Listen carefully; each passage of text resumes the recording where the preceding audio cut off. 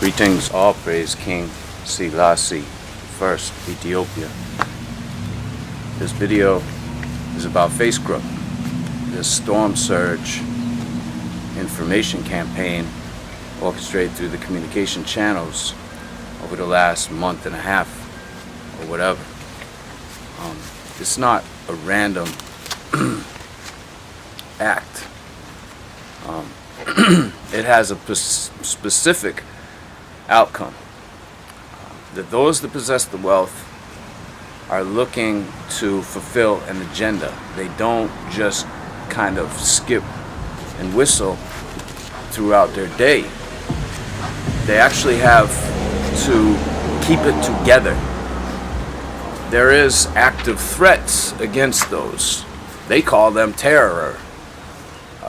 Some of these ethnic groups, populations, are justified in what they do, but they're painted to be evil or violent, when in reality they're defending themselves, and that would be their way of life, the way that they see as right. And so we're in a different age. Those that possess the wealth, they have a far more advanced lifestyle than those that possess wealth 100 years ago, and even more, before that. And it blows their mind how they could look around and see all this poverty on the earth and know that they have the kind of lifestyle they do. And so they have to protect this. It's a real threat. They call their way democracy. And this is supposed to be what everyone on the earth, except for a few crazy nut jobs, agree on. There's no formal definition. You gotta know, when these people are giving, the information out, they're speaking in two tongues. Nowadays, they have learned to use a different tone than the words.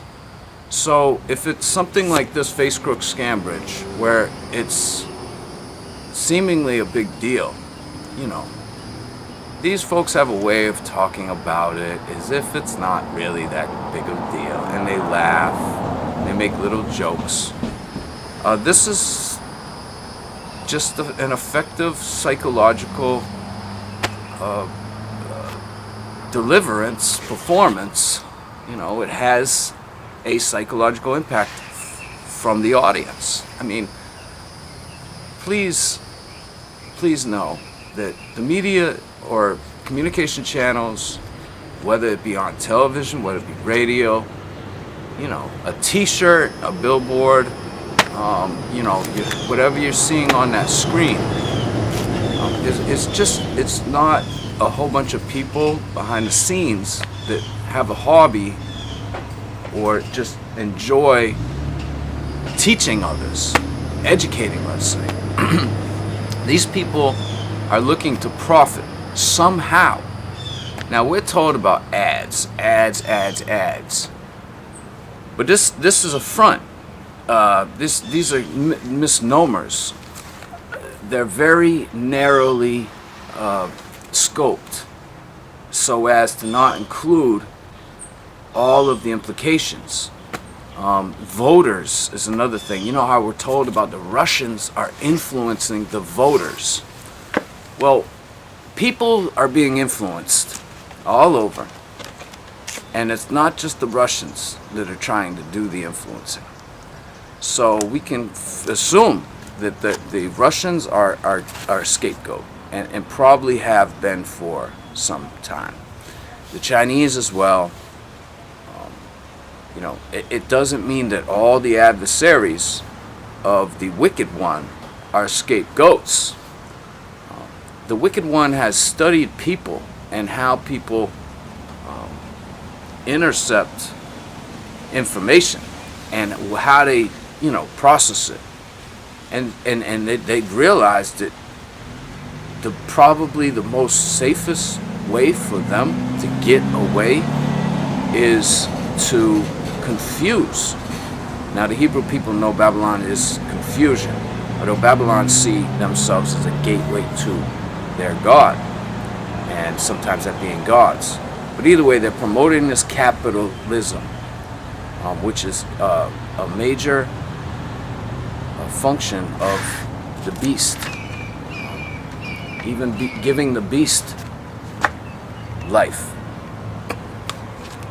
Now the beast does not have life that's everlasting. And their plan will die. You know, just as since I've been reporting since 2013, I don't get many views on what I would consider to be the best videos I have. I haven't been able to go to my first account in, well, I wouldn't know how long it's been, but it's been a long time since Levi's been to the first account, which was hacked years ago. And hopefully, who knows what happened to that account, but the man behind the scene has controls. You know, whoever owns Google, Snoople, Alphabet, whatever they want to call themselves, whoever owns these companies has the controls. These are private companies. Don't think because they're talking about your privacy that they really care about your privacy. They care about their privacy. You know, Zuckerberg and all these people are telling you straight up that they are watching you. That you haven't done anything. Just all you did was be born, and yet you're being watched. This guy Peter Thiel, he's the one that invested in Zuckerberg's face crook to begin with. So he's really more of the owner than Zuckerberg, and he's just a face goat as it is. You know, Rothschilds, most people know them. There's a lot of big ballers. There's no doubt about it. And people need to realize when people wake up and they live most of their days trying to make money, they're doing it to profit. These people are always profiting, making money when transactions are happening, when commerce is being shifted from hand to hand. They control the land. That's the fundamental doctrine of this capital-based economy, is the private ownership of land. So once they control the land, like a couple presidents ago, his families has ownership over natural water resources. Look at people. You're not going to survive without water. You're not going to survive without air. These people, so long as you let them, are going to own the water and the air. And they're going to sell it back to you. They're going to sell it back to you. What was already yours is now yours if you can afford it. So this is a re-engineering campaign.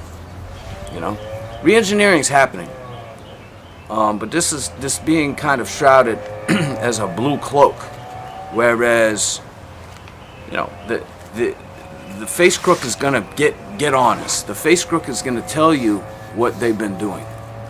Now, a lot of people didn't really even know what was going on.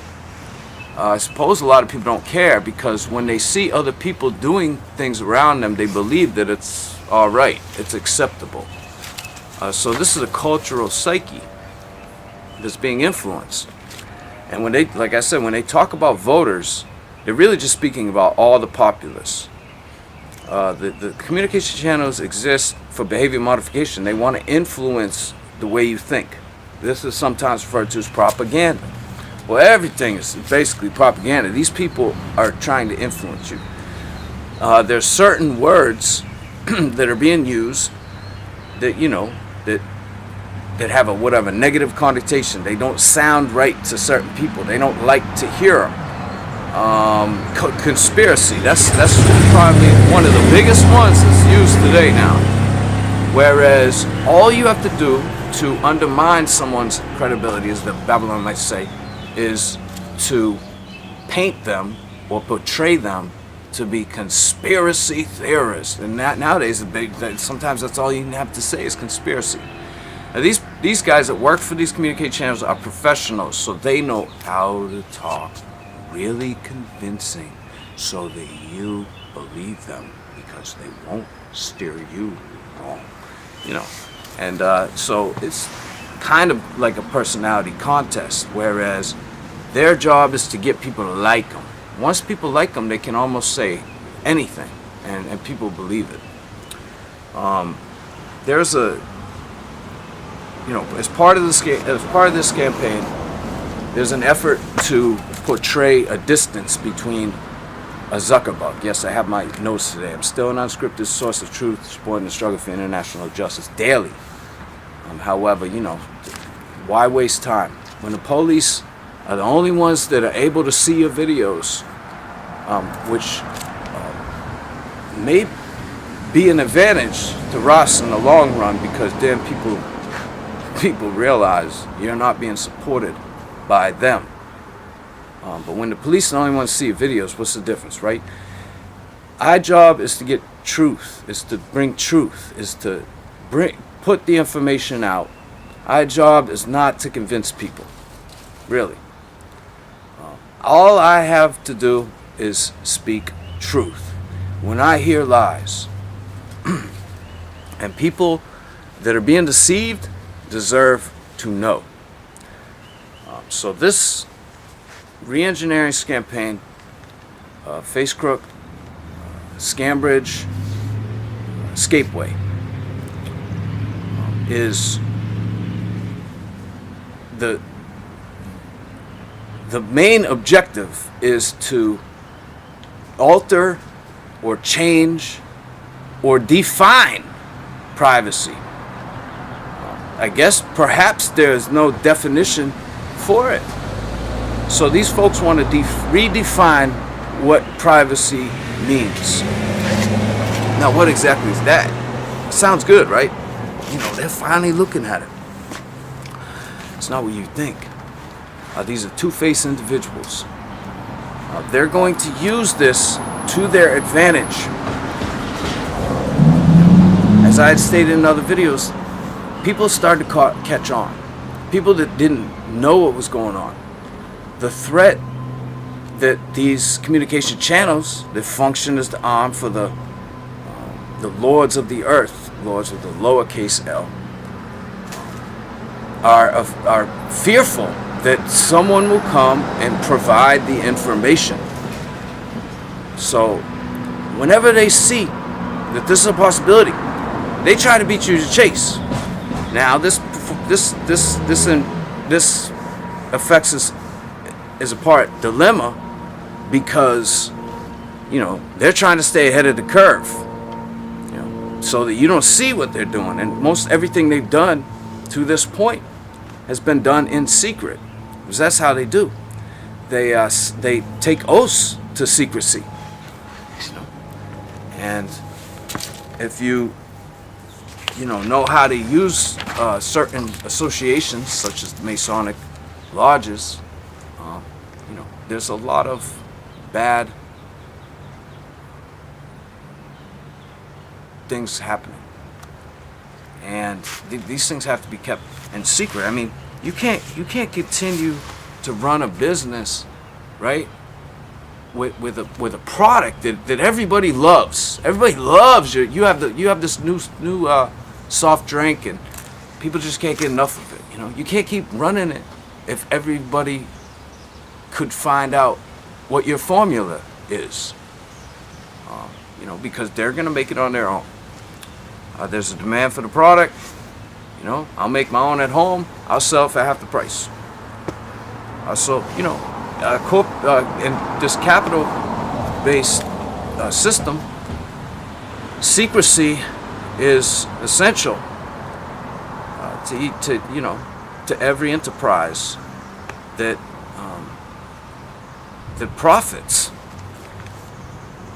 And that's why there's the need for the middle class to form the barriers between the top of the tower types and those at the bottom.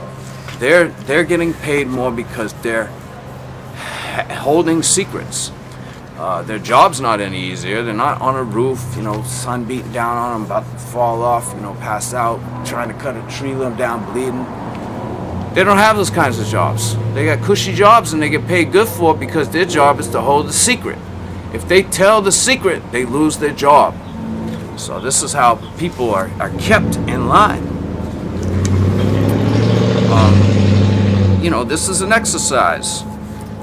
They're gonna, like I said, portray it as a freedom fighting cause. We're gonna fix the situation. Facebook really messed up. Everybody's a scapegoat. You got Zuckerberg. He's the scapegoat for Facebook. Facebook is the scapegoat for their government. The pedophile's the scapegoat for his government. And it's almost like there's no solution, right? There's no solution. So then they set up the stage. They got the same guys that invested in the company, supposedly grilling this kid who's real cool.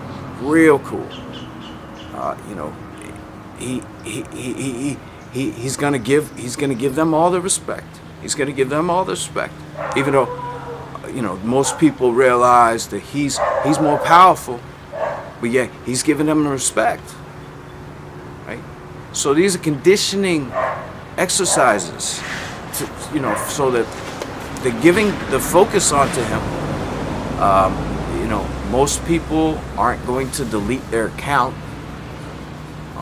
They're bringing the awareness of what they've been doing, eliminating the threat of somebody else that might perhaps do the same thing.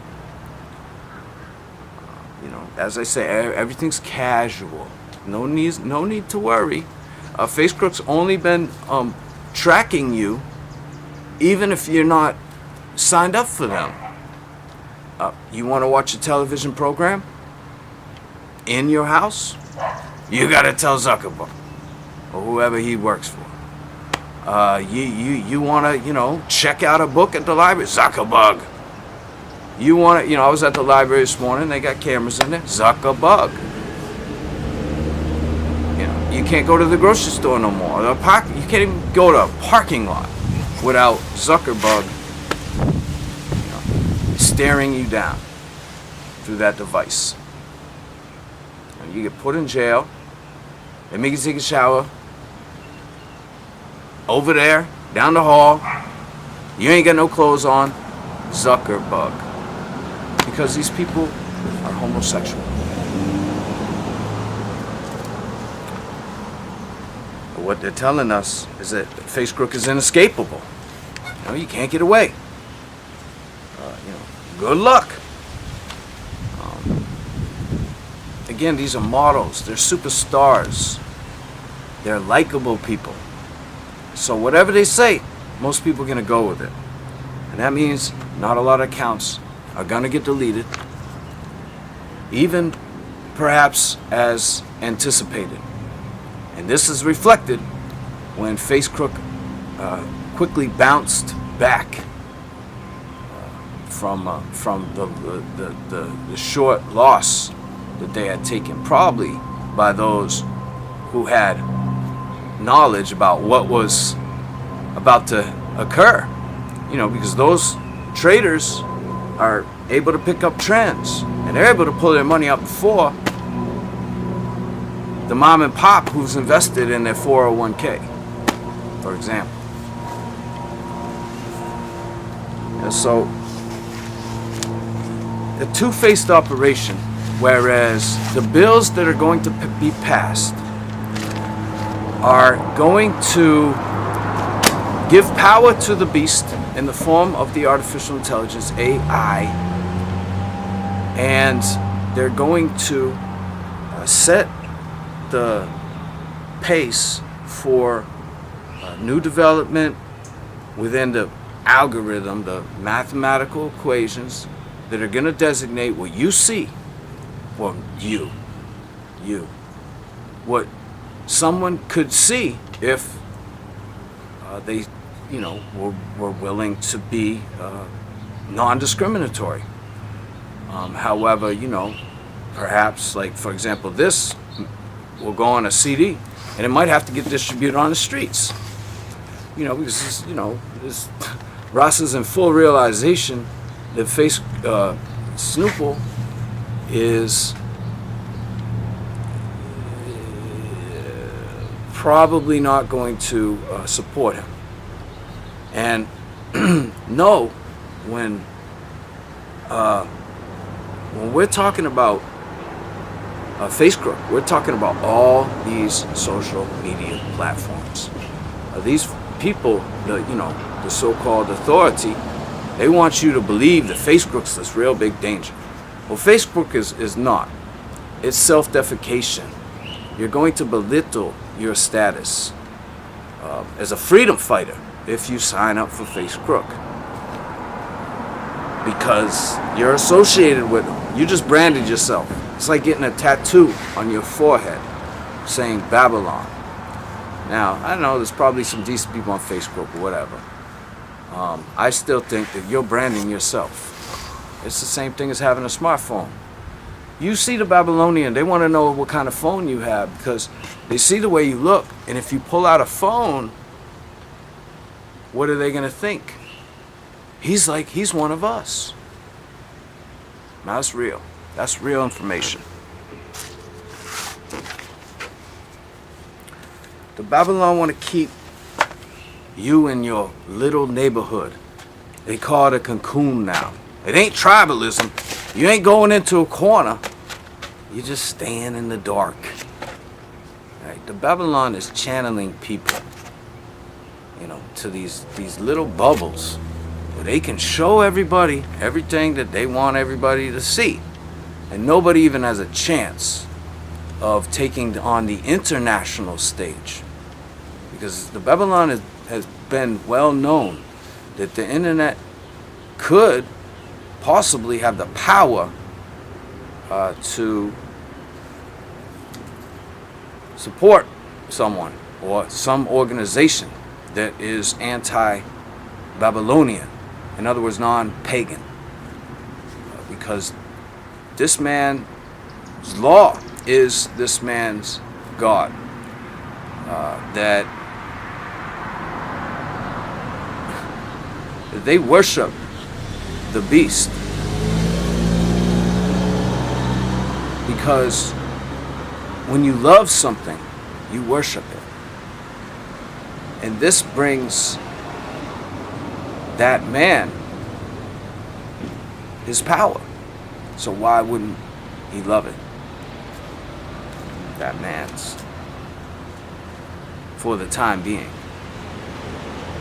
So all this stuff about the GDPR and this stuff that's going on in Europe, well, you have to kind of dive into the history of capitalism to know how it works. The African slave trade existed in the same way as a trade secret, that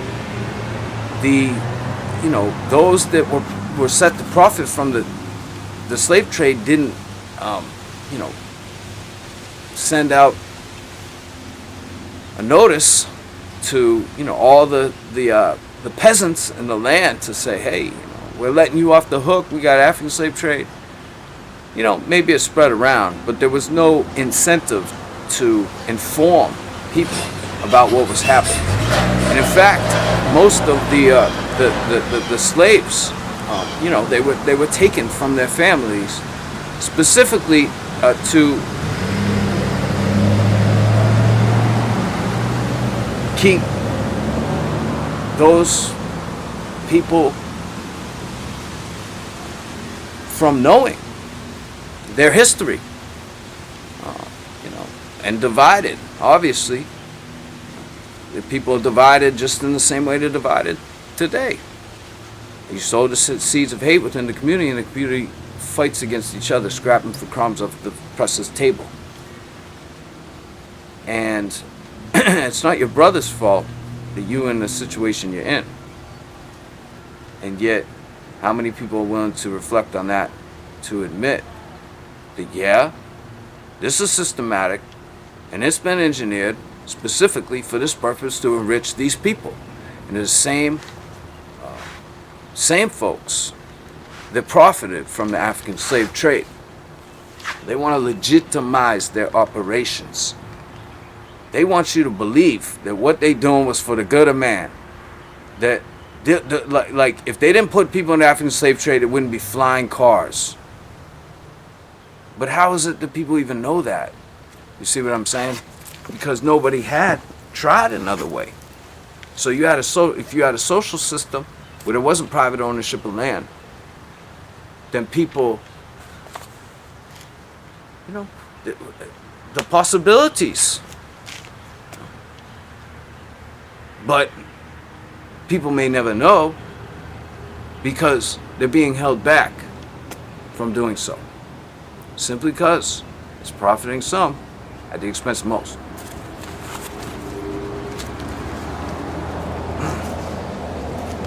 Now, everything nowadays is national security. That even these rules that are being applied in Europe that are protecting those citizens to a certain degree, because those are the ones that are surrounding immediately the oppressor. So it's got to throw them some extra bones. Again, tying back to that middle class barrier. And you know, these folks, when they travel to the United States, supposedly they're protected so as that their information can't be sold off, but they can't be sold in the same way that the people called Americans are. So that's pretty silly. And you know, and it also it takes from the Americans. The American keeps saying that they're the most powerful people on the earth and they're the most free, right? And yet, that's not the case. Especially, you know, when you're looking at the situation here. I mean, it's just like, if I go on and speak to somebody and say, look, you know, these people have more rights than this, and that, people might not believe me. But when the judge declares it, or the senators, or the Congress, or whatever, I'm just saying. Like culture says, why don't you trust me? Trust me. Trust me. So, as long as that has to do with national security, there are no rules. Your information is still going to get taken. It's still going to get put into the spider graph. You're still going to get profiled. And if you don't agree with those lords, then you're going to suffer. Because in this digital era, where these devices can be manipulated externally, and mine have, it makes it difficult to do what you do. But if you're anything like myself, it doesn't matter. It doesn't pertain to nothing. Because all I duty is to follow the commands of the master. And so, it's all in the master's will. Alternatives. What kind of alternatives do you see, like, for example, on the communication channels? It might seem like there's alternatives. Oh, there's a radio station on every block. Oh, there's a television program for everything. But they're owned by the same hands. And this will be no exception. The Babylon man looking to remove people from what he calls the public sphere. And this is that two-tongue component of the operation that I was speaking about. Look at, if you check out the videos that I've done over the years, you'll know that I've been speaking about this content classification. Whereas all the content is being codified along with the profiles, these so-called spider graphs. Now, certain agencies have different information and different ways of codification. So their numbers might not make sense to another number. But there are universities and other research developments and study centers that are involved in these studies, and they're doing something with these profiles, and that's really amounts to DNA. That this DNA sequence that we keep hearing can be tweaked, and it defines who you are. This is always changing because they're always updating it. Just like when you update, when people update their software, well, you're updating your DNA. Now, the Babylon is looking to put a device on everyone so that they can monitor their body signals, because that's part of this process for them. And so this information is being gathered. It's being sorted. It's being viewed. And it's not just like they're not just reading it like the Sunday paper. They're looking for ways to profit from people. Now, if they see someone as adversarial, they're looking to profit from them first. And they can do that through the insurance companies. Like, for example, when I started doing these reports, my State Farm insurance went way up. We pay almost like, $200 a month for insurance on our house. Now I always thought insurance went down. Now, wait a minute. I've always made my payments on time. But that's what these people have. They have power, and they're going to use that to place economic sanctions on those that they deem as a threat.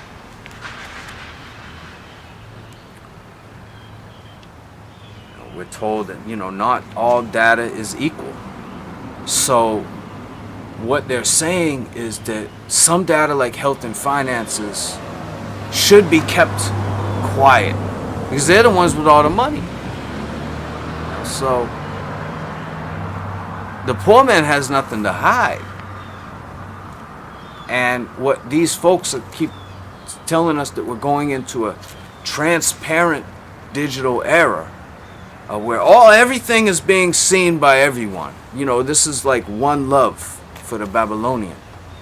And yet, but not that information there, or not that person. It's pay for privacy.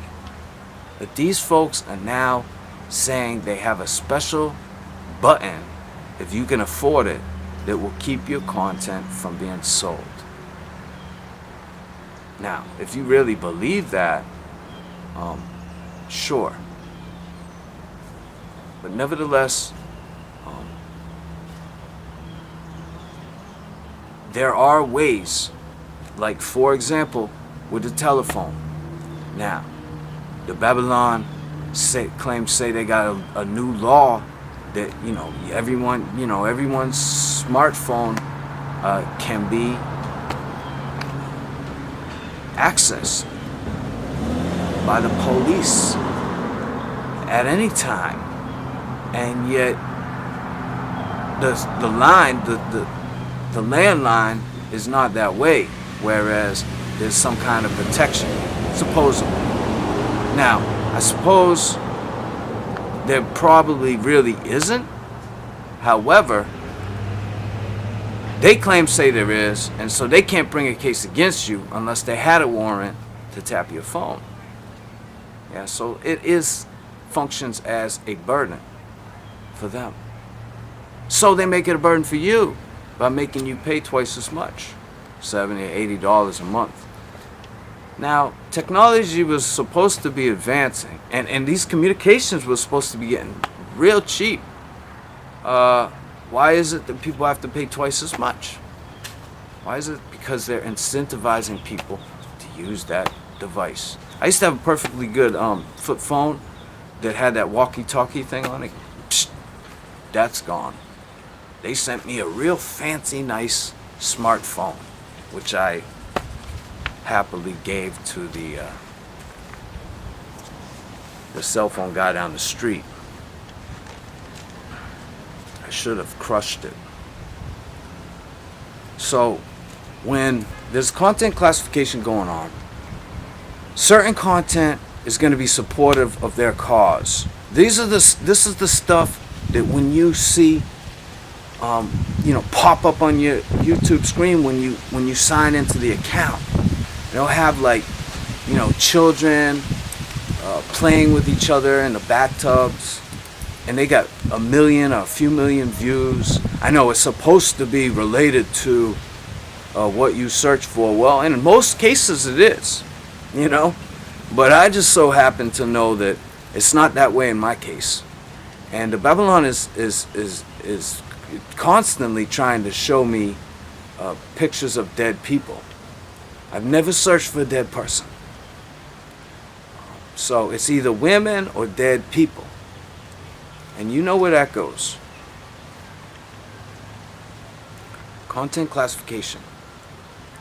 That these people see their privacy is invaded simply because you might make a video that goes viral and they happen to see it or whatever, or somebody else is seeing it or whatever.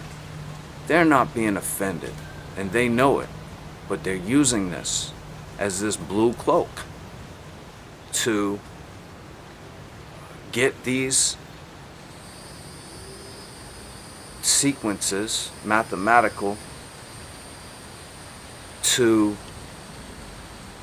deliver content that supports their cause.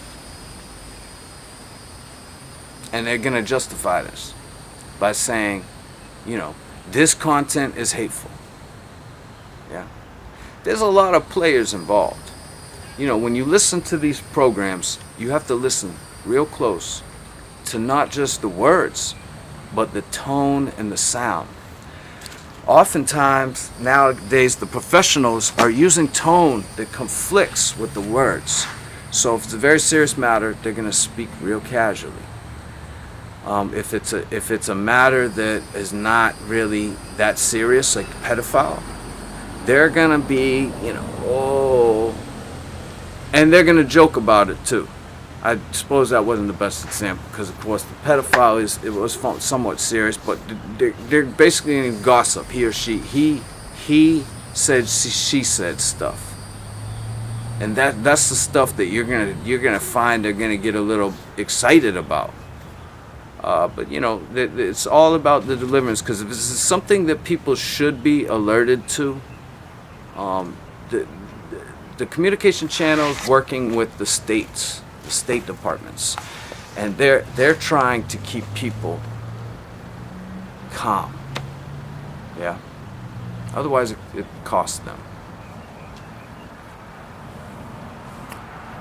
This operation has all the elements of fraud.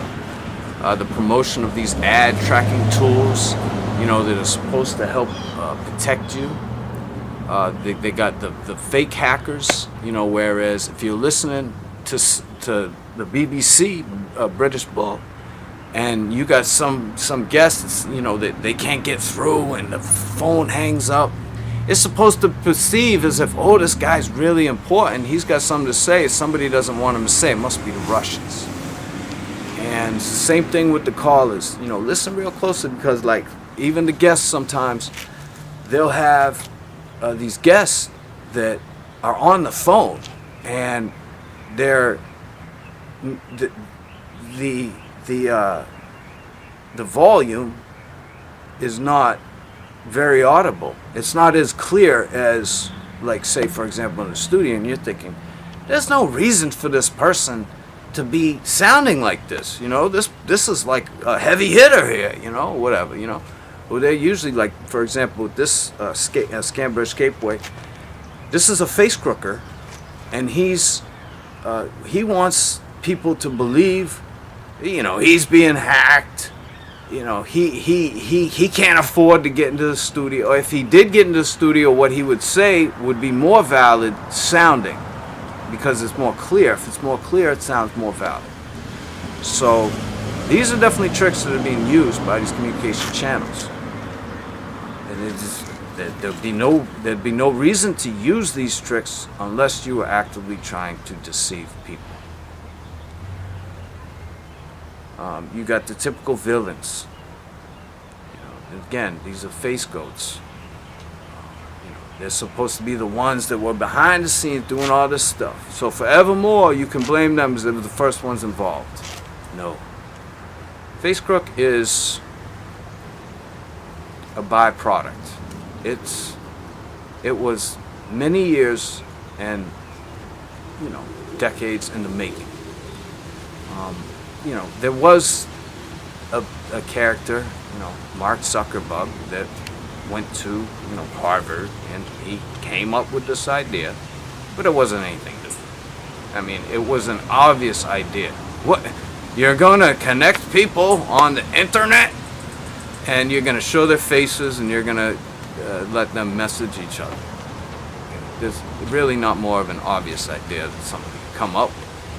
But he was given the key, and he was used, you know, this company is used as a tool for this law enforcement.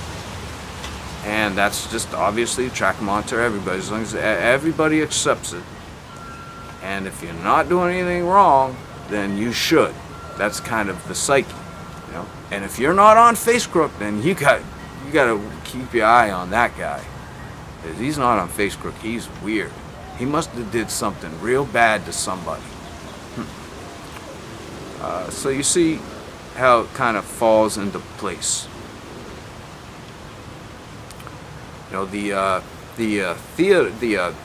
orchestration of the judiciary Congress hearing was done so to, you know, give Zuckerberg credibility. Nobody really, I don't think anybody heard that and then thought, wow, what a jerk. You know, they're given the appearance that even the British bull is given the appearance that they're fighting for the common man. All the common man needs to do is look at the results, if you can even figure out what they are.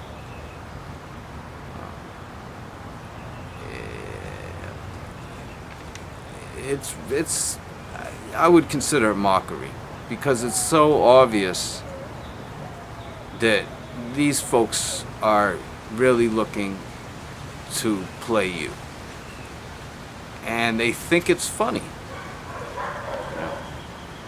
And it's not just an insult to people's intelligence.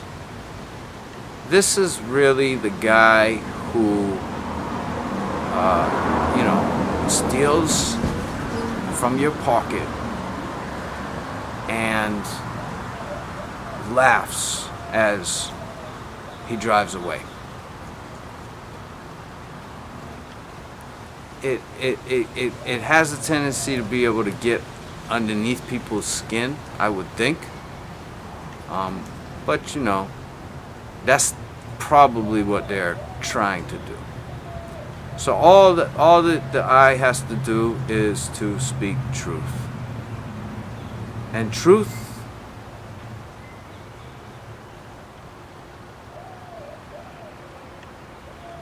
will drive the oppressor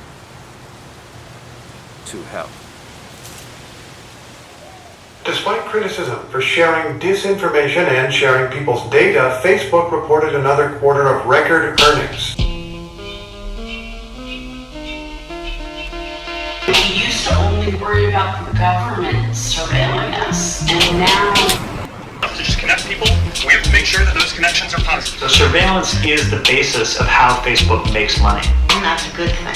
Because it sounds like super cocooning to me. There are, a number of very strong protections. The United States doesn't seem to be in the mood to protect its citizens. to a new surveillance reality that surrounds us, that these companies are in charge of, and it's not enough to just give people a voice. We need to make sure that people aren't using it to harm other people or to spread misinformation. Fake users posting stories on Facebook, videos on YouTube, links on Twitter can be used by foreign and domestic enemies to undermine our society. So to give us, those of us in the United States, the same sort of protections that European citizens will have is asking too much. We spent a lot of time in the last couple of weeks focusing on Facebook, but Facebook is one website, right? Or several websites. The networks that take you there, AT&T or Comcast or whomever, they see all the websites you go to. Jeff Chester is the executive director of the Center for Digital Democracy, which advocates for privacy rights. I think for the average person, there's nothing that one can do to protect their privacy.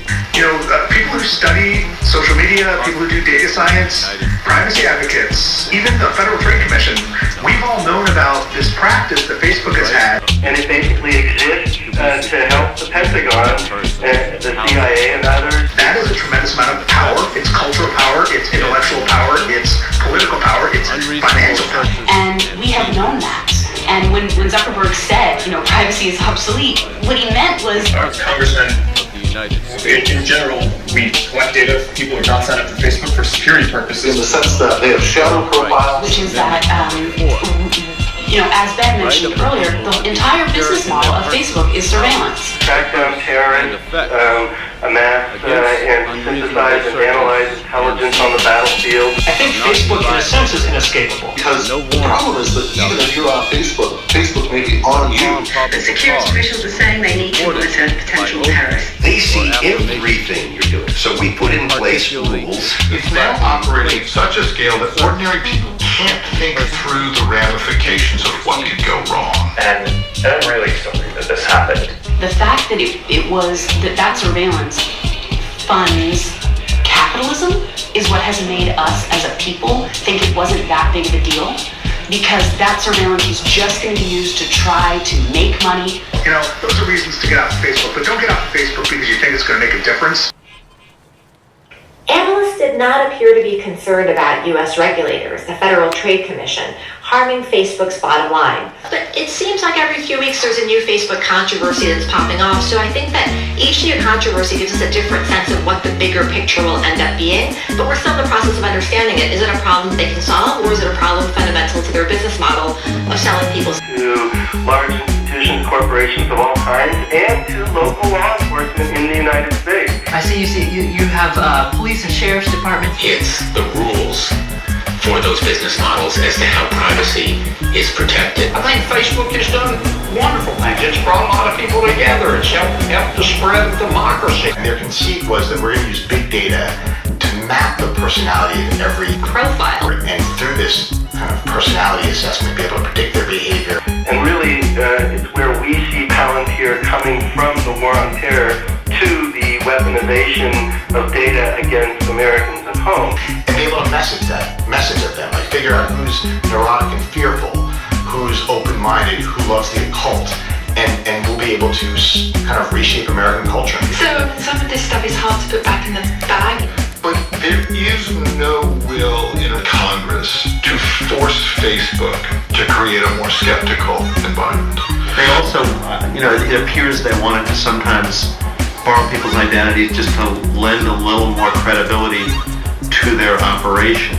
It started to help set up these fusion centers where its software platform is widely used to integrate and synthesize intelligence. You have to do it by design. I think Congress would tolerate an environment in which fewer things went viral. What they do, they come in and set up the software platform for the agencies, and then they have access to all of the databases that the agency has. And when they went viral, they spread less quickly and less far. There was a reason for getting their friends' data, because the actual predictions were shown in the interface. It spits out this sort of image or what we call spidergram. Across the board, we have a responsibility to not just build tools, but to make sure that they're used for good. So, perhaps out of this some kind of good will come, and we can get a little bit of a better handle on the boundaries. But of course, what are the problem with the boundaries and the data? Russian trolls spreading propaganda. Everybody's worried about everything. You know, the challenge that Facebook faces is because they're operating at a scale that no one has ever even really thought about before. It was an unprecedented scale when we talked in 2012. But it was at least a scale that was similar in size to nation states. Now, this was an early iteration. It hadn't quite nailed it. And in its huge scale, they really have no idea what's going on inside the platform around the world. You know, I think they were genuinely surprised to discover that the terror going on. What happens is the Department of Homeland Security has quite a bit of money to help law enforcement at all levels synthesize and sort of fuse their intelligence gathering capabilities. And they said that they wanted to be a platform where healthy dialogue could take place. They're like every Silicon Valley company, found ways to leverage its data analysis to the private sector. So Facebook is taking more measures to distance itself. But then it goes well beyond that too, to scraping the web for social media and things like camera surveillance in parking lots and hospitals and universities. And of course with facial recognition, that gets you a long way in figuring out who's doing what.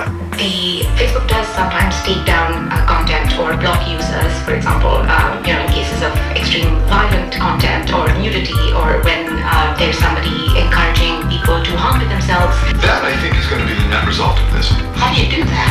You tone down the parts of the algorithm. But it's clear now to do enough to prevent these tools from being used for harm as well. The notion that social media companies are filtering out conservative voices is a hoax. You don't have any proofs in the news, in the piece of news, 99% that it's fake news. And that's where I think regulation comes in. Regulation is the stick. Filtering works on private social media platforms.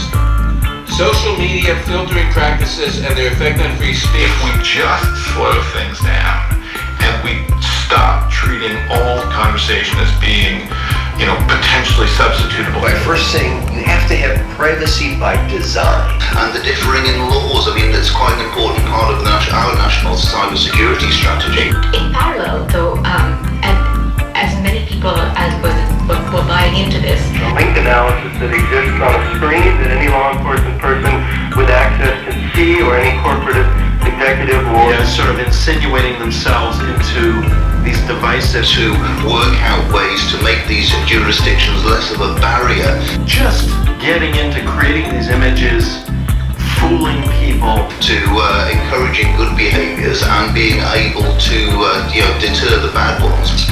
The speed with which the ice bucket challenge spread through Facebook was a result of a whole bunch of engineering choices about, people seem to like these videos, we're going to prioritize them. You can dial it up or down, and I think Facebook may end up dialing it down. Facebook is probably better at collecting so much data about everyone, until 2 weeks ago when they announced they were ending it. But the truth is that we're in a world where every business is racing to collect as much data as possible. As long as I'm running Facebook. Enormous user base, incredible economies of scale, world-class infrastructure. Advertisers are tripping over themselves to get involved. No one wants to call themselves a competitor. Now make a list of their disadvantages, right? A handful of privacy nuts are cranky. And this is why we need to design a short-term measure which is capable of creating some revenue. We have different forms of opt-out. We don't have an opt-out at the highest level. That would be a paid product. And tomorrow, into a common, consolidated corporate tax-based system. And this is a process that we go through with everything. We have a robust free speech right in this country, but it's agreed that that does not include the right to yell fire in a crowded theater. What I did not know, and I think few of us knew, is this ability to concentrate hatred.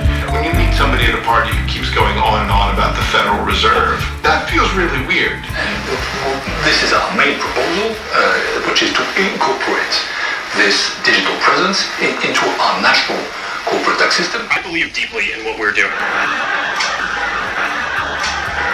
And the question is, does the digital mob end up determining what counts as true? Democracy is all very well, but truth is not a democratic concept.